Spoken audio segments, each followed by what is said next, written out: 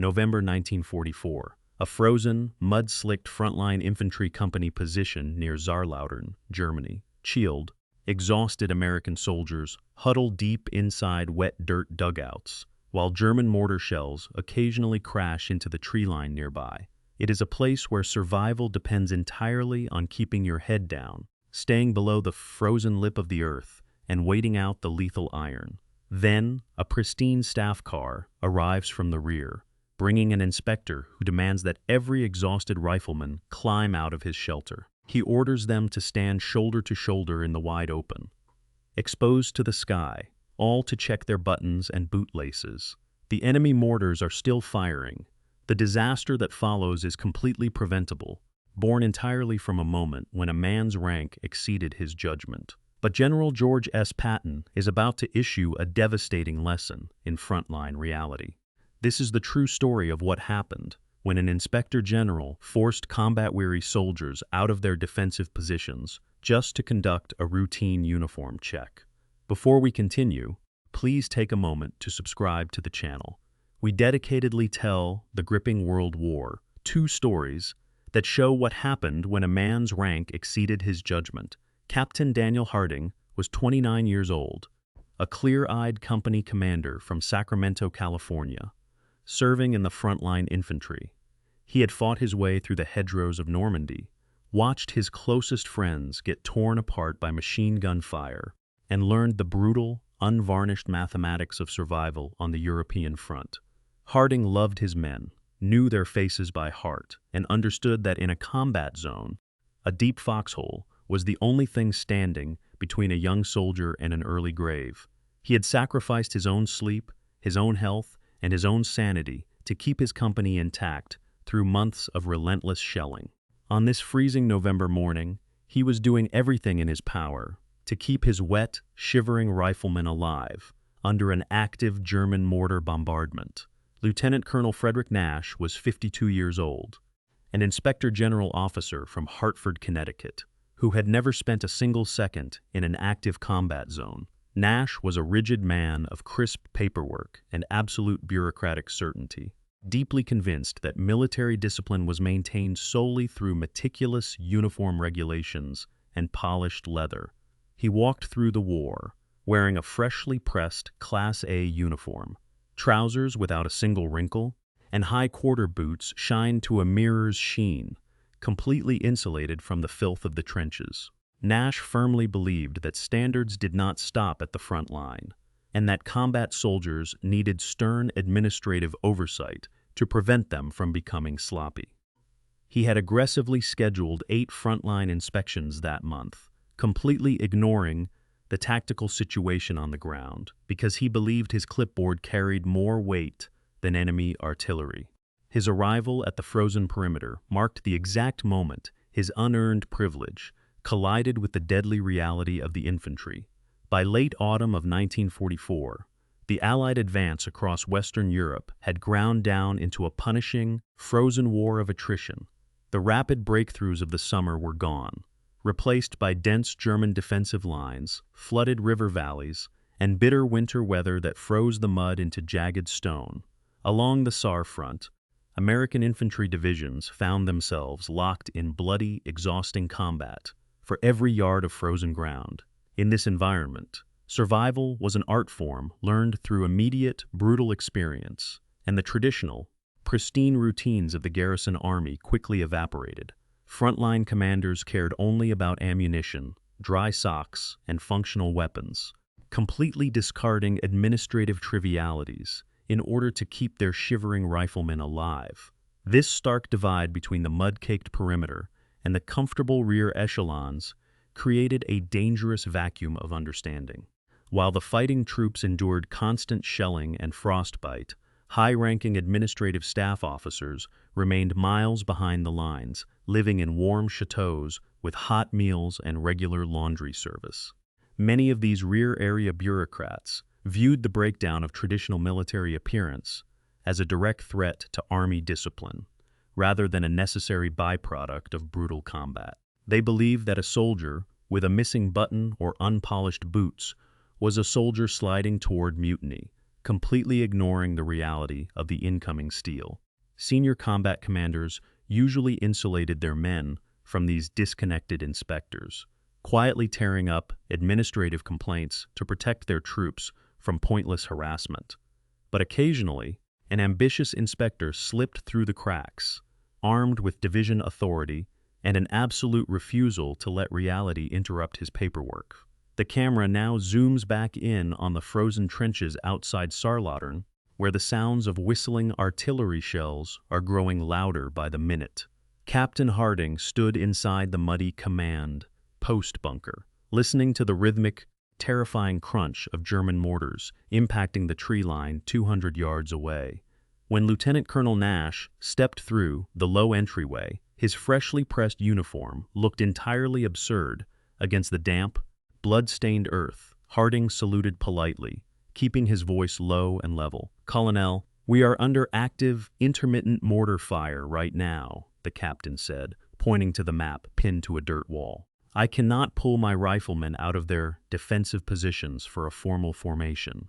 Nash pulled a heavy leather clipboard from beneath his arm, his eyes scanning the captain's mud-splattered jacket with obvious distaste. "Discipline does not stop at the front line, Captain," Nash replied, his voice completely devoid of any field experience. "Loose laces and unbuttoned collars lead directly to a breakdown in tactical efficiency, and I intend to check this company thoroughly." Harding stepped closer, trying to maintain his military composure while the ground subtly trembled from another distant explosion. "Sir, my men have been freezing in these trenches for 6 straight days without relief," Harding said, his voice tightening.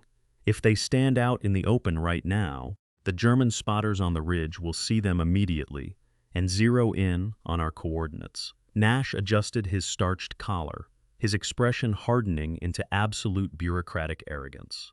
"I have direct division authority to conduct these inspections," Nash said, tapping his finger firmly against the crisp white paperwork on his clipboard. "Your men will form up in the open, shoulder to shoulder, or you will face immediate charges for insubordination." Harding looked at the senior officer, realizing the absolute futility of arguing with a man who prioritized button alignment over human life. "Yes, sir," Harding said quietly. The captain walked out into the freezing wind, his heart sinking as he ordered his platoon leaders to pull the reluctant, shivering soldiers out of their deep foxholes. The men climbed into the open mud, blinking against the gray light, their bodies completely exposed as Nash walked slowly down the line, pointing out loose straps and unpolished buckles. Within 5 minutes, the high-pitched whistle of incoming artillery sliced through the air. The explosion was deafening, showering the formation with jagged red-hot metal and frozen earth.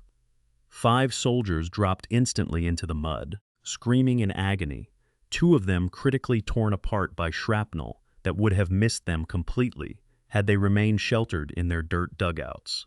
Harding, bleeding from a minor face wound, ignored Nash entirely as he dragged his wounded men toward the medical tent. The captain immediately sat down at a field desk, his hands shaking with pure rage, and drafted a detailed operational report of the incident, routing it directly past division headquarters, straight to the 3rd Army Command. The urgent message reached Patton within the hour. Patton's command jeep pulled up to the rear headquarters tent unannounced, the cold wind whipping against the large metal plate bearing 4 silver stars on his helmet. His ivory-handled revolvers rested heavily on his hips as he stepped out into the freezing mud, his jaw set in a hard, frozen line. Every officer in the room froze instantly, their conversations dying in their throats as the general walked straight toward the center table. Patton did not raise his voice, but the absolute silence he brought with him carried more weight than a thunderclap. He looked directly at Lieutenant Colonel Nash, his eyes ice-cold and entirely unblinking. "Colonel Nash, did you conduct an administrative uniform inspection at the front line this morning?" Patton asked. Nash straightened his starched uniform, attempting to recover his composure.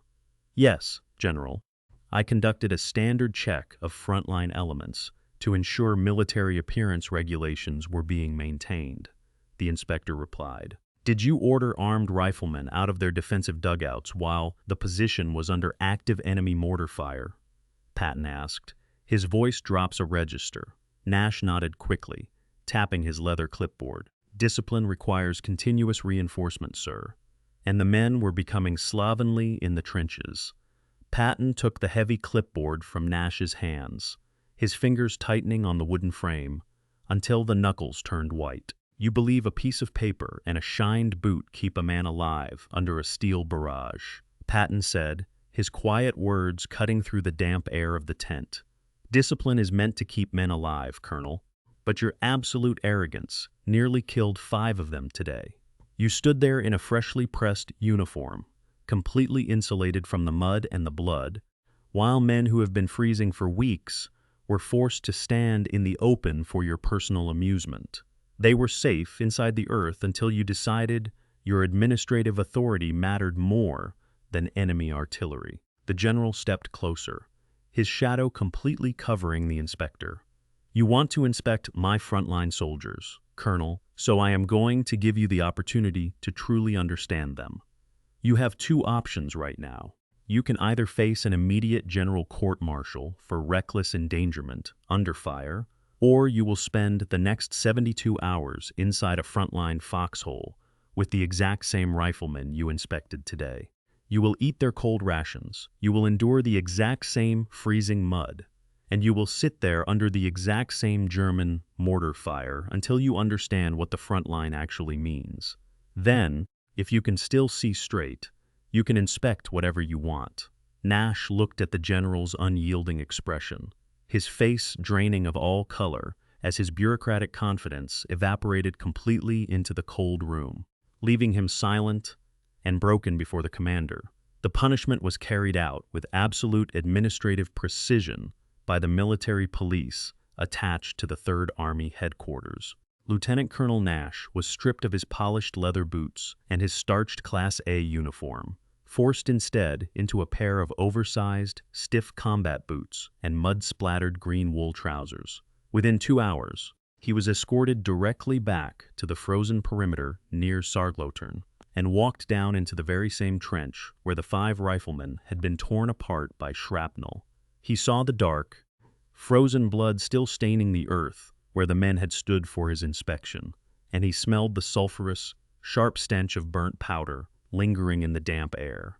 The frontline soldiers watched in cold, silent satisfaction as the arrogant bureaucrat was pushed down into a narrow, wet dugout. For 72 continuous hours, Nash crouched in the freezing mud as the German artillery regularly opened fire, showering his helmet with dirt and jagged metal fragments. He slept on the frozen ground, choked on cold canned rations, and trembled with pure terror every time a whistling shell approached his position. The witnesses, from the seasoned company captains to the lowest private, offered no sympathy, watching the inspector break completely under the weight of the reality he had previously ignored. Captain Daniel Harding survived the bitter winter of the Saar campaign and returned home to Sacramento, California, immediately after the German surrender in 1945. He quietly re-entered civilian life, taking a position at a local hardware firm, though the memory of his fallen men never truly left him. Harding spent decades refusing to look at old wartime photographs, but he kept a copy of his official operational report locked inside a cedar chest until his peaceful death in 1982. Lieutenant Colonel Frederick Nash never requested another frontline assignment, securing a quiet transfer to an administrative logistics depot in the deep rear of the European theater for the remainder of the war. He was quietly processed out of the military during the demobilization of 1946, returning to Hartford, Connecticut, where he lived out his remaining years in complete obscurity. Nash spent his retirement writing unpublished memoirs that obsessively defended his actions on the Saar front, though he remained deeply bitter about his public humiliation, until he passed away in 1974.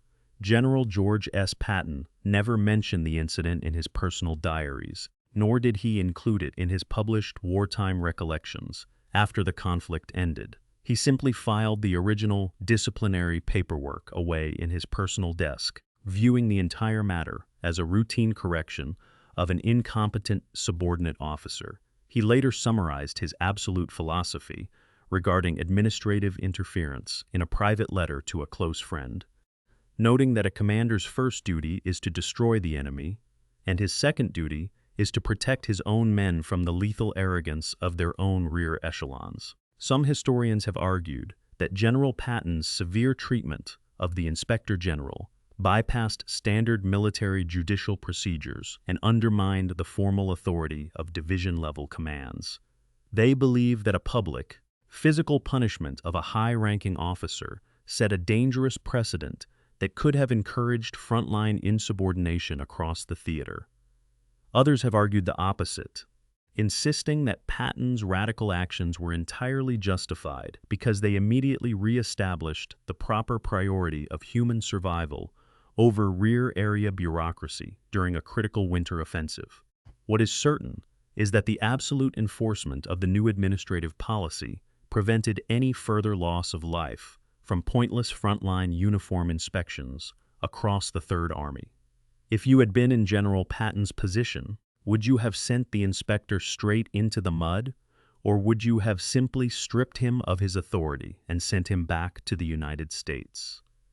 Let us know your thoughts in the comments below.